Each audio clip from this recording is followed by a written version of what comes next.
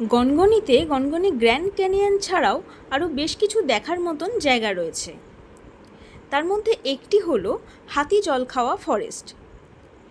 এছাড়া রয়েছে বেশ কিছু মন্দির, যে মন্দিরগুলি ওখানকার স্থানীয় লোকেদের কাছে ভীষণ গুরুত্বপূর্ণ। এছাড়া রয়েছে একটি ভিউ পয়েন্ট, যেখান থেকে গনগনি গ্র্যান্ড ক্যানিয়নটি ভীষণ ভালোভাবে দেখা যায়। আজ এই ভিডিওতে সেই জায়গাগুলিই দেখাবো। তার আগে একটু বলে নিই আমরা গনগনি পৌঁছেছিলাম কিভাবে। আমরা শালিমার স্টেশন থেকে সকাল 7:50 আরণ্যক এক্সপ্রেস ধরে পৌঁছে গিয়েছিলাম গড়বেতা স্টেশনে।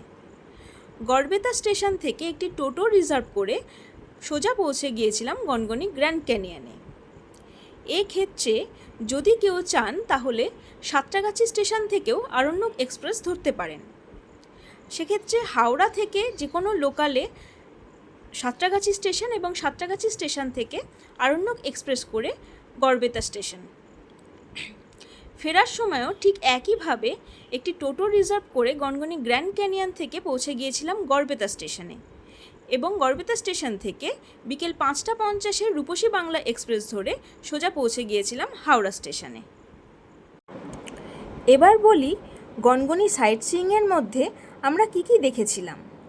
প্রথমেই পৌঁছে গিয়েছিলাম হাতি জলখাওয়া ফরেস্টে। এই রাস্তা ধরেই হাতি জলখাওয়া ফরেস্টের একদম ভেতরে আমরা পৌঁছে গিয়েছিলাম। এখান থেকেই ফরেস্টের শুরু। দুপাশে জঙ্গল এবং মাঝের এই লাল মাটির রাস্তা ধরে যেতে বেশ ভালোই লাগছিল। এই জায়গায় হাতির দল জল খেতে আসে, তাই এই ফরেস্টের এই জায়গাটির নামকরণ করা হয়েছে হাতি জলখাওয়া ফরেস্ট। তবে যদি কখনো খবর থাকে যে হাতির দল জল খেতে আসবে, তবে সেক্ষেত্রে ট্যুরিস্টদের অ্যালাউ করা হয় না। আমরাও তাই হাতির দেখা পাইনি, কিন্তু হাতির দেখা না পেলেও এই সুন্দর নিরিবিলি নিস্তব্ধ পরিবেশে কিছুটা সময় বেশ ভালোই কাটিয়েছিলাম। এরপরে আমরা চলে গিয়েছিলাম 12 শিবের মন্দির। এই মন্দিরটি গনগনিতে বিখ্যাত মন্দিরগুলির মধ্যে একটি মন্দির। এই হলো তার ভিউ। এরপরে আমরা গিয়েছিলাম মা সর্বমঙ্গলা মন্দির। এটিও ওখানকার বিখ্যাত মন্দিরগুলির মধ্যে একটি। এবং সব শেষে এই সুন্দর ভিউ পয়েন্টটিতে বেশ খানিকক্ষণ সময় কাটিয়ে আমরা ফিরে এসেছিলাম আমাদের রিসর্টে।